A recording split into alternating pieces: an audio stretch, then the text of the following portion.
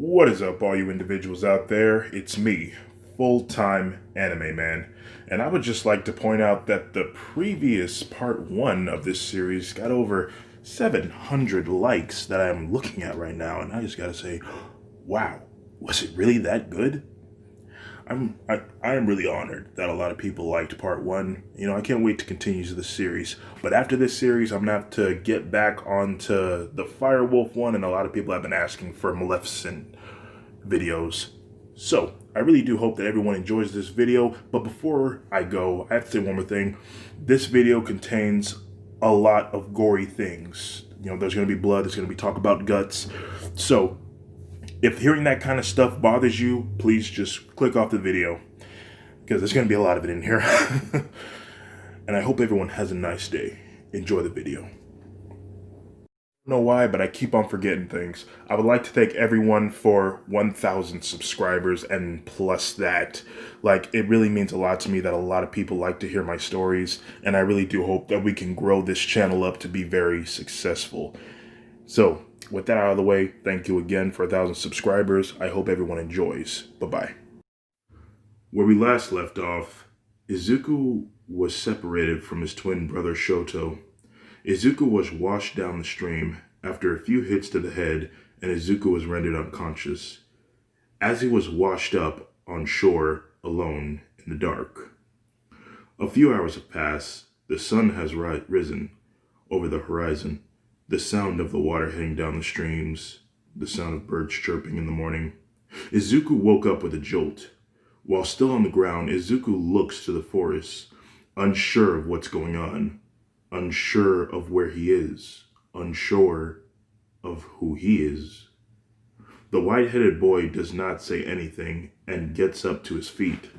Feeling his forehead, he feels a gash on his forehead, just at a certain angle going down his right eye.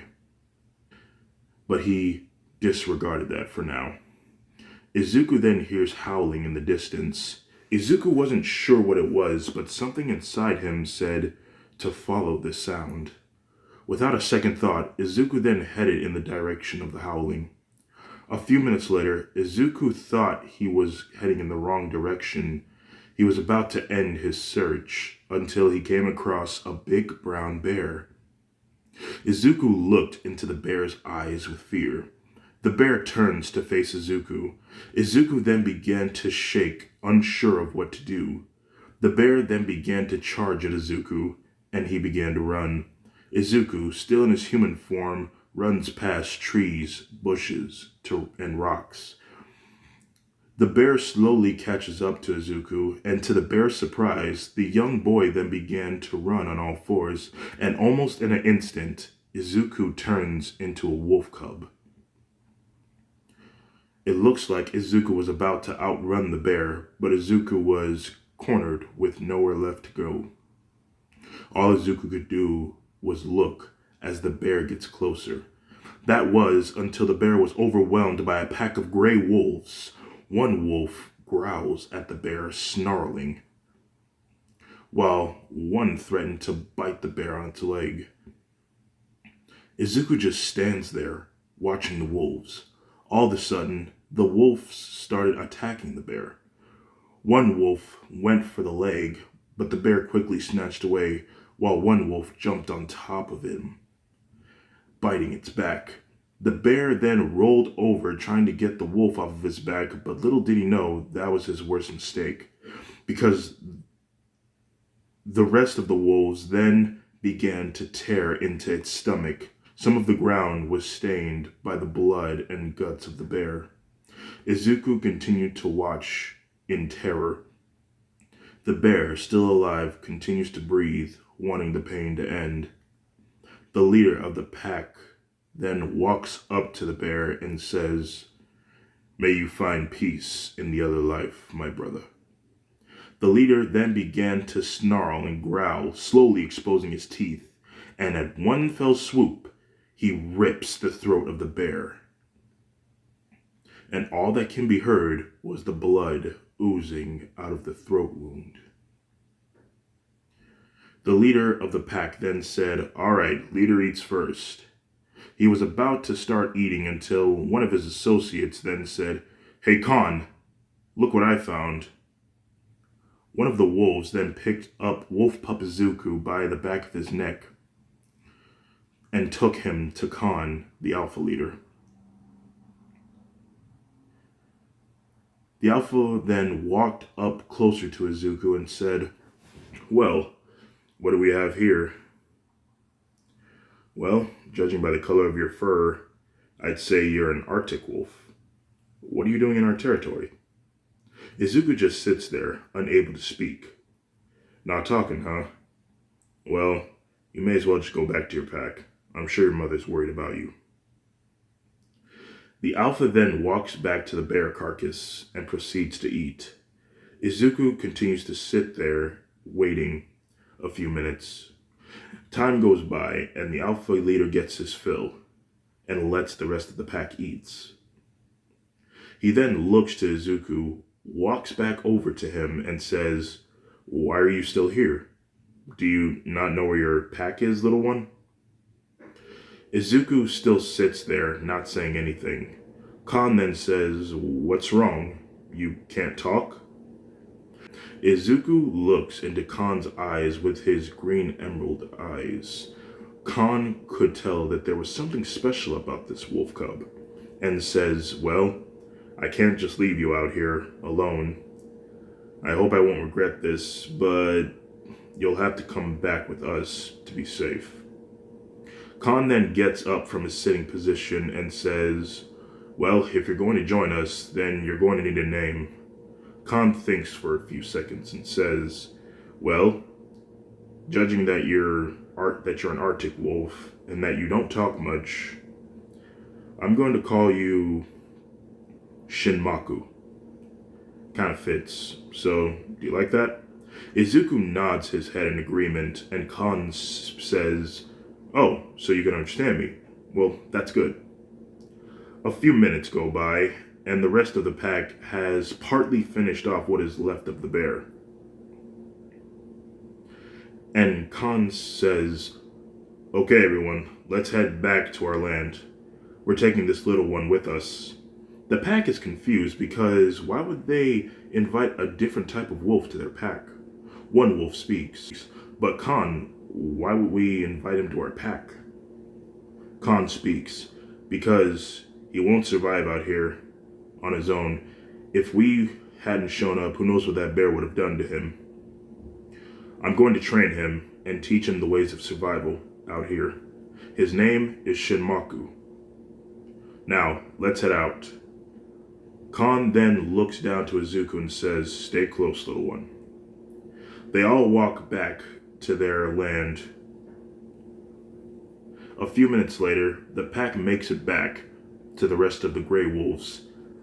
Izuku looks around and sees wolves. He even sees a litter of other wolf cubs. Khan then takes Izuku aside and introduces him to his female alpha. Khan says, "Hey, Sira." Sira speaks. "Oh, Khan, welcome back. Did you bring back some food for the kids?" Khan then responds with, "Yes, it's right over there. It looks like they already found it." The small cubs are picking at what's left of the bear carcass. Sira then looks down to Khan's legs and sees a little fluffy white cub and says, "Oh, and who's this? He's adorable." Izuku, being a bit shy, hides closer to Khan. Khan says, "Well, this is a new friend I've made. We found him out while we were hunting. I call him Shinmaku. He doesn't talk, and he has a wound on his forehead. Do you think you could help him?" Sira then says, "I'll see what I can do." Sira then lays down and says, "Come here, Shinmaku. Let me help you." Izuku looks up to Khan, and Khan says, "Don't worry. She wants to help you. Go on." Izuku, aka Shinmaku at this point, slowly approaches Sira. Izuku is so close that he is in between Sira's two front legs. Resting there, Sira speaks. "Now, just hold still. I'll do my best to help you, make you feel better." Izuku felt a sort of comfortness from this woman and trusted her. Sira then began to lick Izuku's head wound. Izuku felt relaxed, and from Sira he could tell that her kisses were kind and gentle. He felt protected in her care, like a mother. A few minutes later, Sira has cleaned the blood off of Izuku and says, "There you go. All better. Now, just be a little more careful out there, okay?" Izuku smiles and nods his head in agreement. Sira then says, "Why don't you go play with the other cubs? Introduce yourself to them." Izuku is a bit hesitant, but Sira speaks. "Come on, don't be shy. Let's go over there and talk to them together." Sira rose from the ground. She walks over to the cubs while Izuku stood close to her. As they get closer, Sira says, "Children." All the cubs then turn their attention to Sira. She speaks. "Do you think Shinmaku here could join you in your playing?" Sira raises her leg, revealing Izuku. The cubs look at Izuku in amazement. One cub then says, "Oh wow, he's all white and his eyes are green. That's so cool." The rest of the cubs approach Izuku, wanting to see more of him. But one cub wasn't very fond of Izuku getting all the attention. A few minutes later, Izuku and the cubs have concluded their playtime. Khan calls all the cubs over to train them about the things of hunting. Izuku was about to follow, but he was stopped by one cub saying, "I don't know where you came from, but you need to just leave this place, for you do not belong here," said the young gray wolf. Izuku was left alone, confused. That was until Khan called him, saying, "Shinmaku, come on." Izuku then follows. A few minutes later, all the cubs were with Khan, learning the basics of hunting. Khan then says, "Now, when it comes to hunting, the important thing is to know your target." Khan takes the cubs aside so they can watch a pro at work. Taking the kids to high ground, Khan gets one of his associates to hunt a deer. Everyone is quiet. Khan stands there watching with the kids. He softly speaks. "Now, observe closely." From afar, a wolf is approaching a deer slowly. The deer turns its head in the direction of the other wolf as they eye each other down. The wolf leaps into action as the deer begins to run. Khan speaks. "Now, look close as my comrade charges at the deer. Note that the deer can run for a long time, so it's best to be tactical and outthink it. And most importantly, you have to save your energy." The cub continues to watch. The deer grows tired, while the wolf looks like it's even more tired. The deer gets a good distance from the wolf, and he slows down. Little did he know he was fooled. Before he could even take his first breath of relief, the wolf then lunged at him, and almost in an instant, the deer was taken out. He took out one leg so that the deer couldn't run, and after he had him on the ground, he then ran up to the deer's head and then went for the throat, ripping it out. Izuku saw the carnage and was a bit frightened by this, but he was comforted by Khan, saying, "It's okay, but this is something you're going to have to learn if you're going to survive." Izuku didn't want to believe it, but he had no choice. Khan and the other cubs make it back to the rest of the group. The next day comes. Khan took the cubs out to an open field for hunting. Khan says, "Okay, so after yesterday's example, I want all of you to go hunting for anything that you could find." All the cubs but Izuku were stoked about it. The same cub that was giving Izuku a hard time before speaks to him. "So, today's your first day of hunting, huh? Don't mess this up for all of us." Izuku then gets a sad look on his face, but then Khan spoke to him. It's going to be okay, Shinmaku. Just go out there and find literally anything you can. Khan then says to the rest of the cub groups, "Alright everyone, don't go too far, and if anything happens, just howl and I'll come help you." All of the cubs then says, "Okay," except for Izuku. A few minutes later, Izuku is walking through the forest alone. He thinks he wasn't going to find or come across anything. That was until a small white rabbit entered his sight. Izuku knew he wasn't going to be able to catch this rabbit, but he felt the need that he had to at least try, for this may be his only chance. Izuku readies himself to charge at his prey, and in a blur, he runs. Hearing the pitter-patter of footsteps, the rabbit then begins to run himself, but then stop once he felt a gush of wind go past him. At first he thought it was the wind, so he stopped, looking around in confusion, unsure of what he just either saw or felt. And then it happened again. In the direction he could have sworn the wind was blowing. It looked like something was there, but he couldn't quite see it. The small furry creature then heard a noise. This time it was covered by a whistling sound. And then it felt like something bit him on the back of the neck. It tried to fight back to get out of the beast's grip, holding him, shaking, kicking any way that he can to get out. But then, the sound that it heard next was the sound of breaking bones, and then it stopped moving. The last thing that this rabbit saw before it died was an Arctic wolf with emerald green eyes. Izuku was ecstatic that he caught something, and was excited to show it to Khan. A few minutes later, Izuku makes it back to Khan and shows him the rabbit he caught. Khan then says, "Great job, Shinmaku. You caught a rabbit, and in such short time, too. How did you manage to catch this rabbit? It should have been faster than you." A few seconds of silence goes by, and Khan remembers and says, "Oh, right, you can't talk." The moment was interrupted by squeaky howling. That signified that there was an emergency and that help was needed. Khan looked to Izuku and said, "Stay here and hide." Khan follows the sound of the howling, and as he got closer, he heard the sound of a cougar. As he arrived, the source of the sound he found, the wolf was being cornered by a cougar, trying to catch him.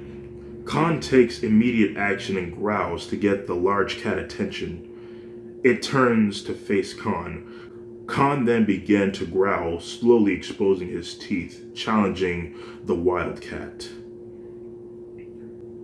The cougar then shows sign of aggression, accepting Khan's challenge. Both of the animals started walking in a circle while keeping an eye on each other, exposing their teeth, growling. They both stop, looking into each other's eyes. Khan is the first one to attack, running in at the cougar, trying to bite him on the leg, but the cougar managed to jump out of the way. Khan continues to growl, but the cougar was not intimidated by it. The cougar then leaped into action towards Khan, and then with the right swing, he hits Khan, flinging him 5 feet away.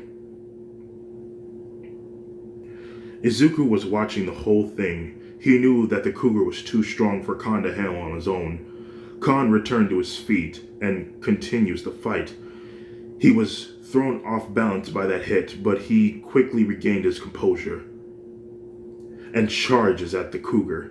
The cougar dodges, but Khan was fast. After he landed from the spot that the cougar dodged him from, he quickly redirected himself and lunged at the cat again, managing to land a bite on his neck. With all of his might, Khan tries to bite down on the cougar's neck. The cougar was in so much pain that it tried to knock him off by slamming him down with his paws, even clawing at him a bit, with a little bit of Khan's blood rushing down his fur.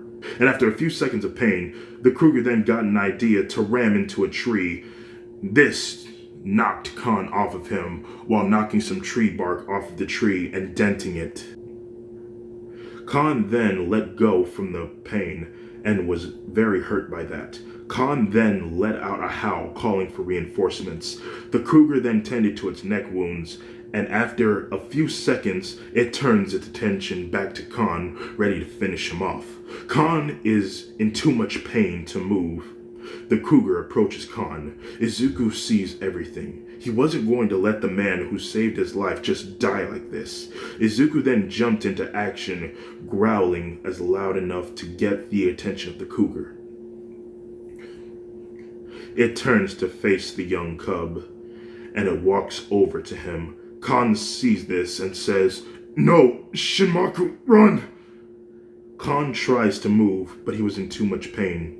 The cougar slowly approaches Izuku and stops when he was in 2 feet of him. The cougar looks into Izuku's emerald green eyes, and Izuku looks back into the cougar's. The cougar then tries to bite down on Izuku, but he only got air, because Izuku moved out of the way. He was fast, and he was about to save the man that saved him. Khan lays there watching the whole thing. He was amazed by how fast Izuku was. The cougar was confused and tried again, only for the same thing to happen. The cougar growls, irritating, and began to growl from the anger. The cougar charges at Izuku again. Izuku was about to dodge, but then he tripped over a tree root that was poking from the ground. He fell over, and the cougar jumped at Izuku, about to land on top of him, ready to attack. Izuku was frightened by this, and he raised his right paw into the air, and then conjures ice daggers from the ground up. The cougar then landed on these ice daggers, and one stabbing him in the chest, the other stabbing him in the stomach. With its last dying breath, the cougar tries to claw at Izuku, trying to get him before his time is up. Little did he know he was making it worse. As he struggled, as he wiggled and moved, the daggers would go even further into his innards, until the ice then poked completely through the cougar, out through his back, killing it. The cougar's blood then begins to spill around Izuku, just laying there, hovering above air, dead. Khan was concerned and said, "Shinmaku? Shinmaku, are you okay?" Izuku then crawled out from underneath the cougar, with blood wiped on his forehead. Izuku then walked over to Khan, and as he was walking towards him, the cub that the cougar was originally going for then walked over to him. This was the small cub that was giving Izuku a hard time at first. He speaks. "Dad, are you okay?" Khan then says, "Yes, Shal. I just need some help getting back to the rest of the pack." A few grown wolves then show up, responding to Khan's call for help. When they all showed up, so did the rest of the cubs that Khan was training today. A few minutes later, Khan and the cubs were escorted back to the camp. Khan was taken to Sira so that she could heal him, while another wolf took Izuku to the river to be cleaned. Khan talks to Sira, telling her what happened, saying, "Sira, something is special about Shinmaku. He's an ice conjurer." "What do you mean?" asked Shira. "I mean, he can literally conjure ice from thin air. And he's really fast. I saw it." Sira is a bit confused and said, "Khan, did you hit your head?" Well, yeah, but I know what I saw. You could ask the others. They even saw the cougar and the ice daggers in its body." When he said that, another gray wolf then walked in, saying, "It's true, Sira. We saw it and was amazed. I didn't even know anything like that was even possible." Sira looked in disbelief and says, "Wait, so where is Shinmaku now?" The gray wolf then said, "He's getting washed. He had a lot of blood all over his body. We even brought the cougar home to eat." Sierra then looks over to Khan and said, "So you're not hallucinating?" Shira looks to the ground, thinking, and after a few minutes later, she speaks, asking for the other wolf to leave them be to talk in private. "Of course," said the gray wolf. The wolf then left Shira and Khan alone. Shira speaks. "Do you think he could be the one to help us defeat it?" Khan then says, "It's definitely a possibility. He may need some time, but I believe we could help him hone his ice skills. I feel like he can do more with it. But for now, if he could help us defeat it, then he needs to know about it." Khan then looks to the ground and then back to Sierra and says, "When his bath is done, let's tell him." "Okay," said Sierra. About an hour later, Izuku was approached by the same wolf that was giving him a hard time. He spoke. "Hey, Shinmaku?" Izuku stands there, listening. "I'd like to say I'm sorry. I saw what you did and what happened, and I just want to thank you for saving my dad. You deserve a chance, so you have my respect. My name is Shao, and I'm the son of the Alpha Leader Khan." Izuku then nods his head in agreement, and then the conversation was interrupted by another gray wolf saying, "Shinmaku, come on now. Khan and Sierra would like to speak with you." Izuku followed and was taken to Khan and Sierra. Izuku was asked by Sierra to sit down. Khan then speaks. "There's something we need to tell you, Shinmaku." Izuku walked over to Khan and Sierra and Khan speaks. "Now, Shinmaku, from the moment I met you, I knew that there was something special about you. I couldn't quite put my paw on it, but maybe it was just for the fact that your fur was white. But putting that aside, thank you for saving my life back there. You were very brave, and you were very fast too. And that ice thing you did, I want to know how you did that, but you can't explain it. Shinmaku, I can see that there's a lot of potential in you, and I want to help you hone your ice skills. Because with it, I believe you could help us all." Khan then looks to Sierra. She speaks. "You see, Shinmaku, for a long time, we have been dealing with an apex predator.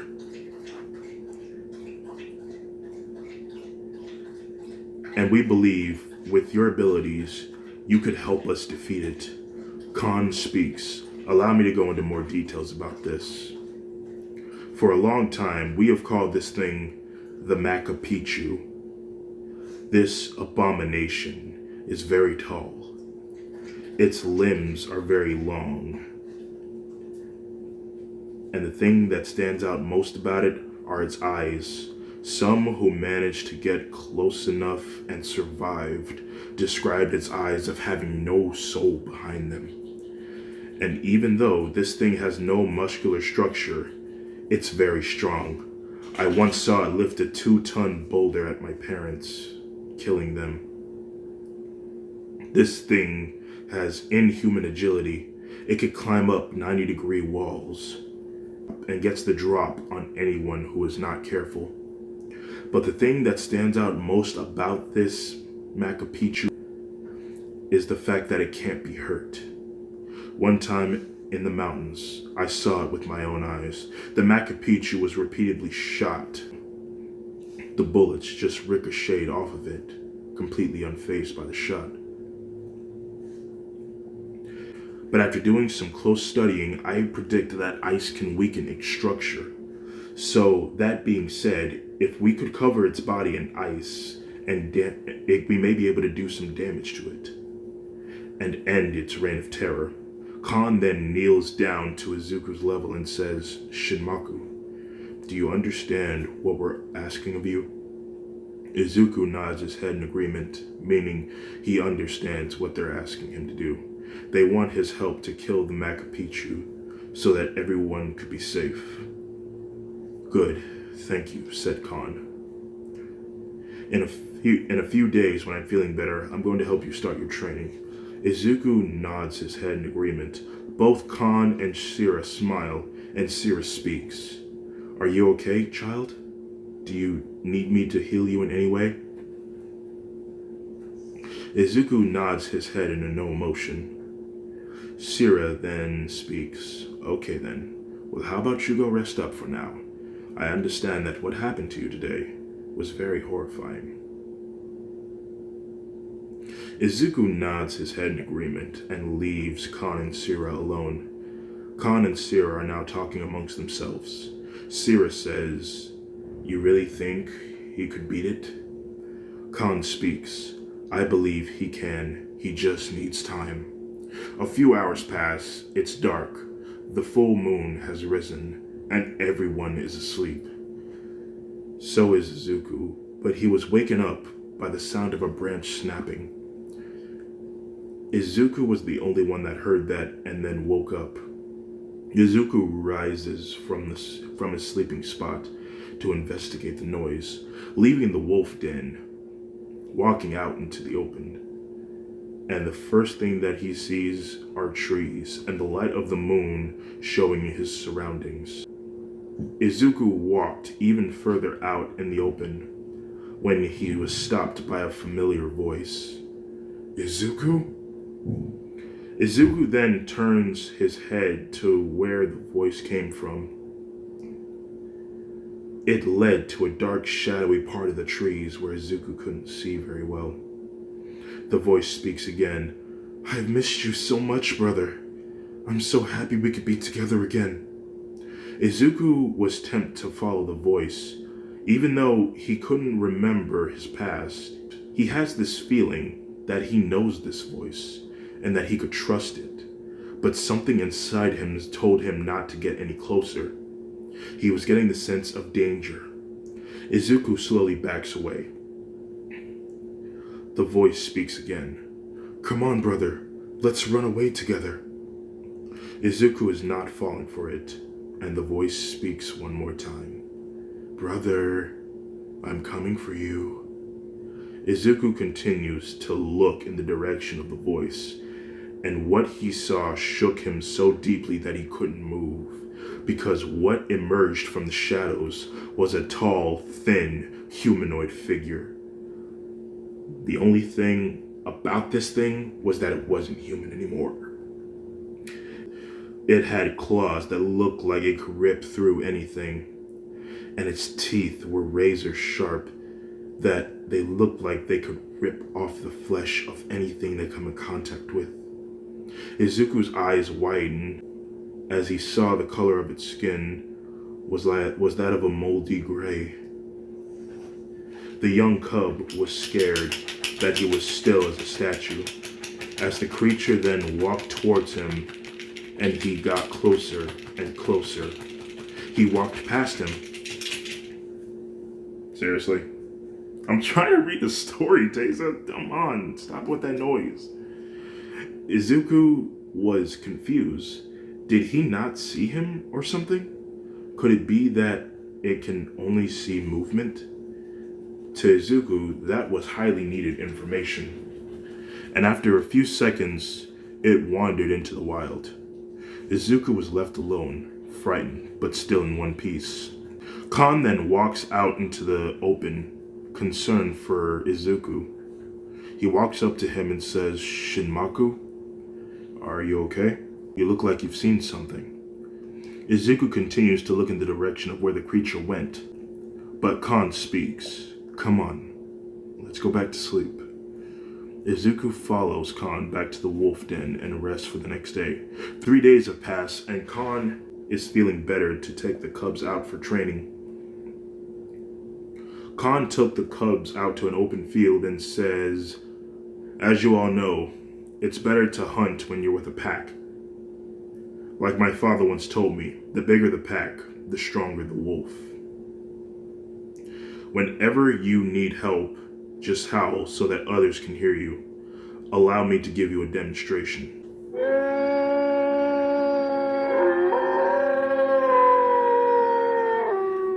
Khan then gives out a howl, and it echoes through the air. And after a few seconds, another howl can be heard. Khan speaks. Whenever you hear one of your pack howling, that means they hear you and that help is on the way. So, I want to hear all of you howl. The cubs then ready themselves, and one at a time, they all howl. And when it was Izuku's turn, he was a bit hesitant.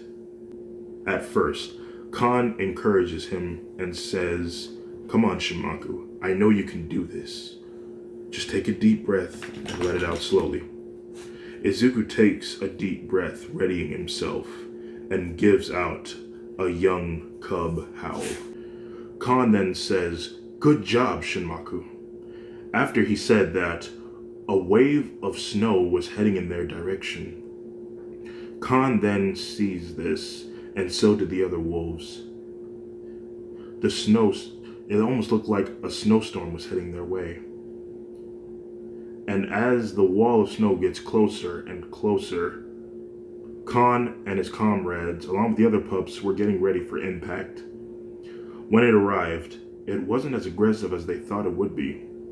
And after a few seconds, the snow then clears. When everyone looks up, they all see 4 blue, yellow-eyed, passive wolves next to Izuku. Khan and everyone else looked to Izuku in amazement. "What is this wolf?" said Khan. Izuku then looks next to him in amazement. He didn't even know he could do that. Now, Khan then walks up to Izuku and says, "You really are full of surprises, aren't you? What more can you do with your powers?" The moment was interrupted by a pack of grown Arctic wolves approaching them. The gray wolves then turned their attention to them. Izuku counted 6 Arctic wolves, while Khan brought 7 of his allies. They were all close. They were all closer now, and Khan speaks while being cautious. "What can I do for you all?" The pack leader of the Arctic Wolves then steps forward and says, "We heard the howling of one of us, and we came to investigate."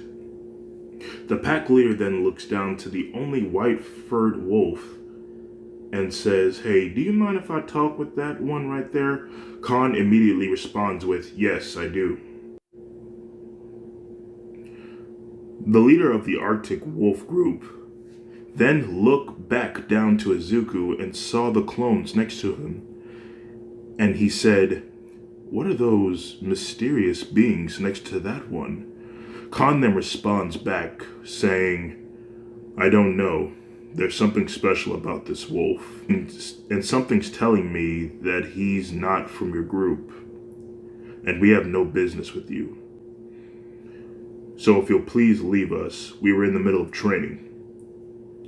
The white wolf then looks to Izuku and says, "I could just take him off your hands. I mean, after all, it's not like he's your cub. I think it would be best if he's back with his family." Khan grows angry from this statement and says, "The young cub does not want to go with you. I refuse to repeat myself." The leader of the other pack says, "One way or another, he's coming with us." All of the grown wolves then start growling at each other, and the others were ready for a fight until Izuku stepped forth, walking in between Khan and the Arctic wolves. Khan looks down to Izuku in confusion and says in his mind, "Does he want to go with them?" The Arctic leader then speaks, "So, do you want to come with us?" Izuku looks up with an angry look, looking into the Arctic wolf leader's eyes. Izuku grows even more furious that someone wants to take him away from the people he considers family. All of the sudden, Izuku's eyes glow a bright white light, and what happened next was very unexpected. What once was a bright, sunny day then turned into a dark, shadowy mist. At the same time, snow began to fall slowly. Khan and everyone else was confused, cause they didn't know that it was going to snow today. Khan then looks down to Izuku and says, "Is this his doing?" And within an instant, the snow that was falling gently then turned into a chaotic blizzard. Izuku focuses on the Arctic wolves and blows them away, like Team Rocket blasting off into the sky. You better get that reference. But even though they were gone, Izuku keeps going, losing control of himself. Khan notices this and tries to walk over to Izuku to calm him down. But the wind of the blizzard was pushing him back, and after a few seconds, Khan makes it to Izuku and hugs him tightly while saying, "Shinmaku, it's okay. It's okay, Shinmaku. Calm down. Calm down." The blizzard starts to lift, and Izuku's eyes go back to normal. Izuku looks up to Khan, happy to see him, and then he passes out. In Khan's grip, Khan gives out a sigh of relief. After some time goes by, everyone, including Khan and the cubs, make it back home. Sira saw that Izuku was passed out on Khan's back. She runs up to Khan and says, "Is Shinmaku okay?" Khan responds back saying, "Yes, he's just exhausted." "Believe it or not, Shira, he called forth a blizzard of snow." Shira speaks. "But how?" "I don't know," said Khan, "but we can't lose this wolf. He may be our only hope." Khan then looks down to Izuku and says, "He will save us all. I believe he can." We then skip 9 years into the future. Izuku is now 14 years old and has the scar on his forehead. He is now bigger and stronger, and he is out patrolling with the rest of the wolves that he grew up with. Shal says, "Shinmaku, I see a bunch of hunters in my sight. Can you draw them away?" Izuku nods his head in agreement. Izuku then closes his eyes and opens them again, with his eyes glowing a bright white light, as he calls a snowstorm. One hunter says, "Dang it, I thought you said it wasn't going to snow today." And another hunter says, "Well, the news said that it wasn't going to snow." "Yeah, well, there's snow now. Everybody fall back." They all leave, and one wolf says, "Great job, Shin. We don't have to worry about them taking any more of our prey. Now, let's get back to the pack." They all head back to the camping site. As the wolves enter, Izuku was called by Khan, saying, "Shinmaku." Izuku turns his head in the direction of where Khan is, and Khan says, "Can I speak with you for a moment?" Izuku then leaves the group to talk with Khan. He speaks. "I have something I need to share with you."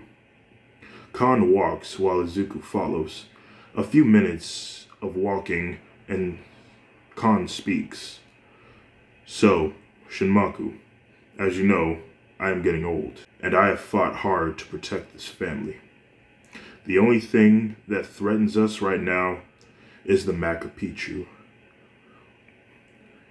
Once it has been slain, we can all finally sleep soundly at night. So, after our long times of studies, we have finally found where this creature lives."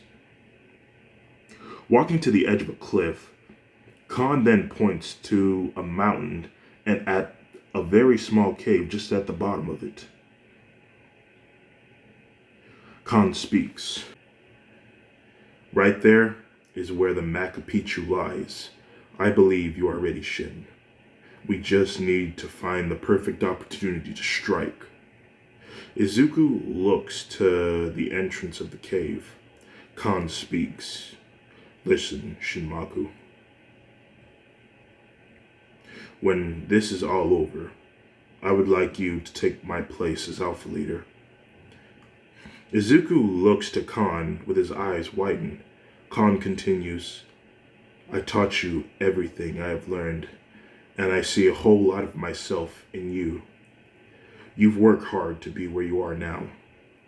And along our journey, you've even taught me a couple of things too. I only see you and my son as qualified alpha leaders, but there can only be one. And since you and him have grown a brotherly bond over the years, I'm sure that he can understand why I'm choosing you over him. So, will you take it? Izuku nods his head in agreement, and Khan smiles and says, I'm glad. Now, let's get back to the camp. We need to discuss a plan of attack. Some time goes by, the moon is out, and Izuku runs into Shira. She speaks. Oh, Shinmaku. Khan told me that he planned on making you alpha leader. That's a big role to play, and I already know you can handle it. Izuku looks into the sky and its stars with its constellations. Shira speaks. Oh, you like the stars?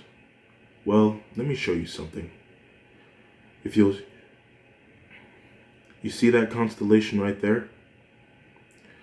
That's called Lupus, the wolf. Some legends say Lupus was thought to be part of a neighboring constellation, a sacrifice made by the mythological centaur. And a long time ago, a massive supernova happened just right behind Lupus. The light from the cosmic explosion can still be seen at the night to this day. Can you see it? Izuku looks closer, and he does see the uniquely colored light in the sky, just behind the Lupus constellation. He thought it was beautiful. He wished that this moment would last forevermore. But Shira spoke. I believe you are Lupus to us, Shinmaku. You are meant to be the light that shines the path of hope to us. Izuku stands there, smiling, and then looks back up to the constellation. Shira speaks again. Hey, Shinmaku, I'm feeling kinda hungry. Can you please bring me something to eat? Izuku nods his head in agreement. Shira speaks. Just bring me back anything. Izuku wanders off into the woods, alone. Izuku was far away, looking for something available to prey on. He came past a raccoon, and as soon as he picked it up, he could have sworn he heard howling in the distance, but it stopped before he could really hear it. Some time goes by. Izuku's walking back to the pack, when all of a sudden he gets the sense of blood up ahead. Continuing to make his way back to the pack, Izuku then saw blood splattered on the trees. Izuku dropped the raccoon carcass and runs, passing tree after tree after tree. There would be more and more blood splattered all over the place. And when he finally makes it back, what he saw shocked him to his very core. He couldn't move, and he didn't want to believe what he was seeing. Everywhere, there was dead wolf bodies of Izuku's pack members of gray wolves. In every direction Izuku looked, there'd be more and more blood and dead bodies. Izuku slowly makes his way around, wishing and hoping that someone made it out alive. Izuku saw the bodies of his friends that he grew up with, and was about to throw up when he saw the newborn pups were slaughtered as well, just lying in a pool of their own blood. But the thing that truly scared Izuku the most was that he came across the dead bodies of his parent figures, Khan and Shira, laying on the ground with their organs laying right next to them. And for the first time, Izuku begins to cry for the loss of his family.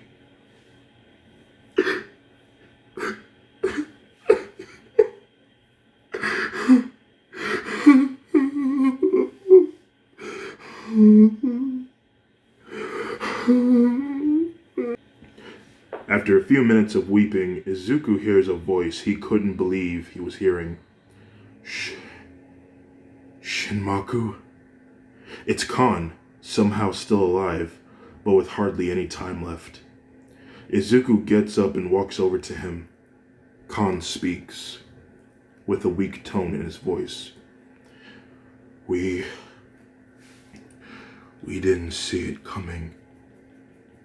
He was so fast. We tried to call you, but he knew he knew what he had to do to win against us. The Maccapichu did this. But it's okay. None of this is your fault. He somehow knew howling was the way to summon you.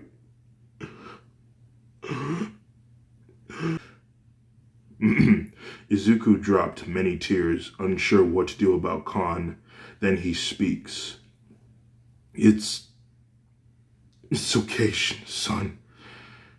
I'm so proud of you.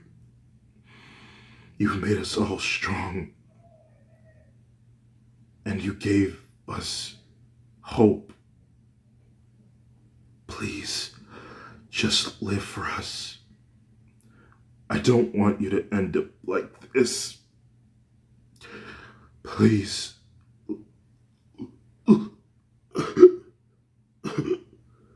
Let our legacy live out through you. Go out there, have a family, and be as happy with them as we were with you.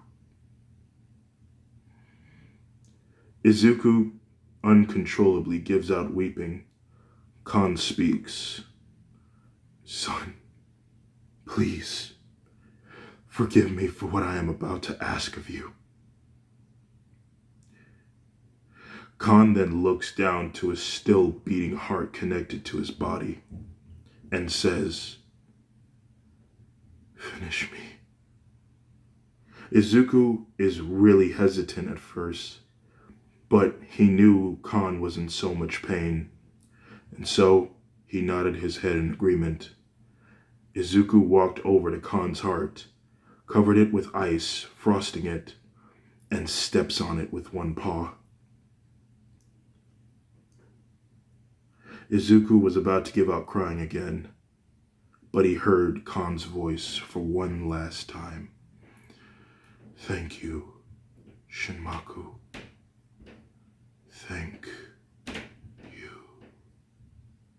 Khan dies, and Izuku is now completely alone. Sometime after mourning the loss of his family, Izuku rises from the ground, and he is filled with anger, hatred, and rage. He wanted revenge for the loss of his family, and so, putting aside Khan's request to abandon the end of the Maccapichu, Izuku makes his way to the cave of where it lives, an hour until dawn. A few minutes later, Izuku is at the front entrance of the cave,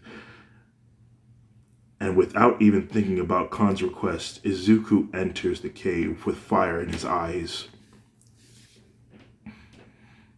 As he makes his way inside, the first thing he sees is rocks. But then, his nose then got the sense of decaying bodies up ahead. And as he got closer, Izuku found the cave had bigger spaces in it. He proceeds forward. He comes across the dead bodies of the hunters he drew away. Each and every one of them had all their organs removed. Izuku did his best to ignore the foul aroma and proceeded ahead. Right before him, he sees the Maccapichu eating the skull of a human carcass.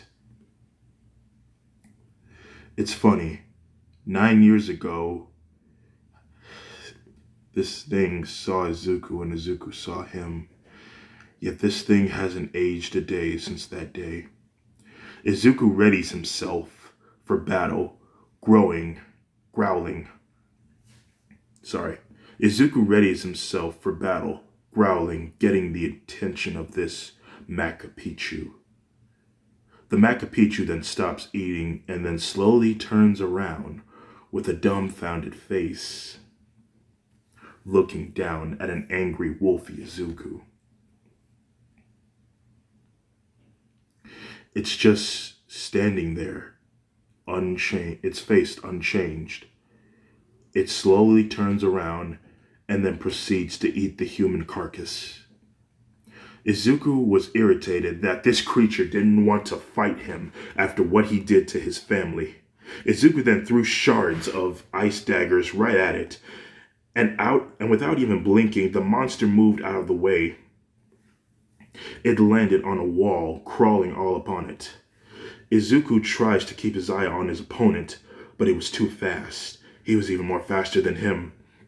Izuku was slapped across the cave.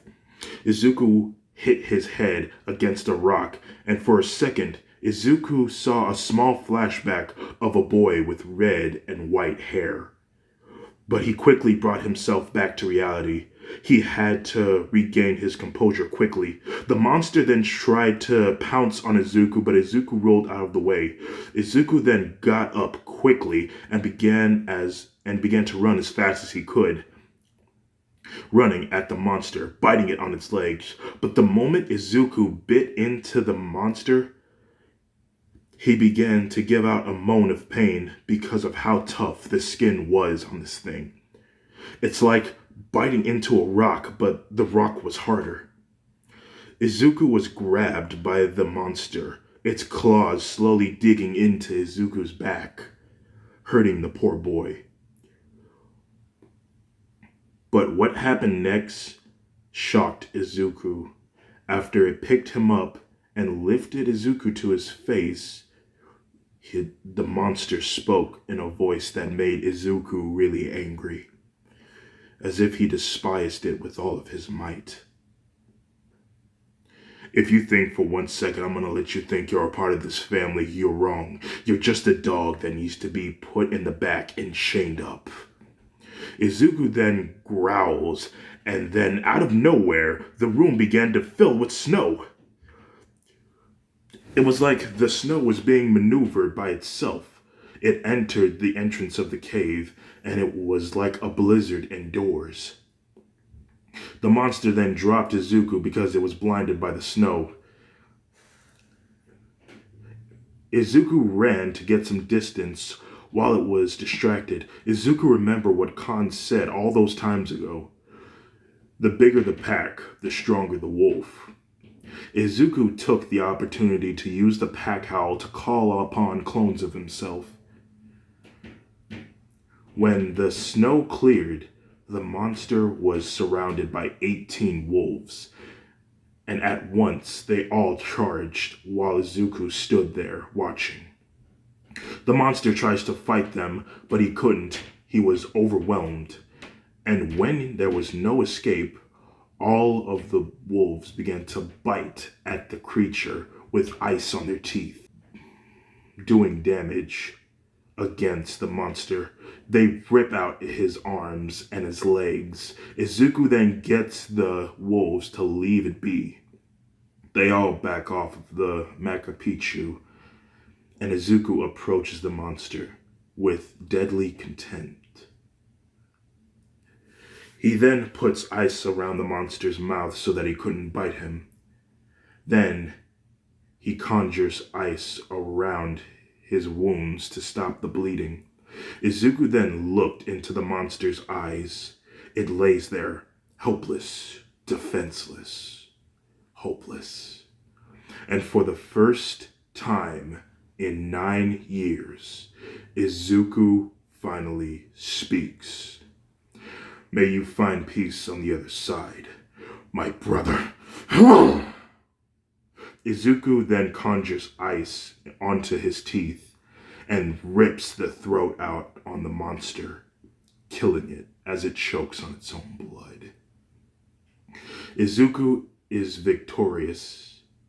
A few minutes, taking a deep breath, all of a sudden, Izuku's mind felt like it was coming back to him, like it was being put back together again. One at a time, he saw flashbacks of his previous life, his mother, and everything else. Izuku then got up and slowly made his way back to the exit of the cave. And as he gets closer, the light of the sun then began to overlight the entrance of the cave. Izuku gets closer. In his mind, when he took a step, he saw a home. Taking another step towards the light, he sees a girl with white hair and little red strips of arrows going down her hair, patterned. Taking another step, he saw a boy with white spiky hair. And then taking another step, he sees another boy with red spiky hair. He exits the cave, and he was blinded by the sun of the light. He was blinded by the light of the sun, and sees another boy with red hair on one side of his head and white hair on the other side of his head. As Izuku regained his vision, he is now a human again, and his eyes widen as he looks out beyond the fields of the mountains and the forests. He remembers everything, and he speaks. My name is Izuku Todoroki. He then starts making his way back home. And that's the end of the story. So yeah, I hope everyone enjoyed part 2. I was really surprised at how many likes it got on part 1, and I hope this one gets good likes like that one before. But that aside, if you all enjoyed this video, please leave a like, subscribe, and if you made it to the end of this video, consider yourselves #blessed, and I will see you all later in the next video. Good day.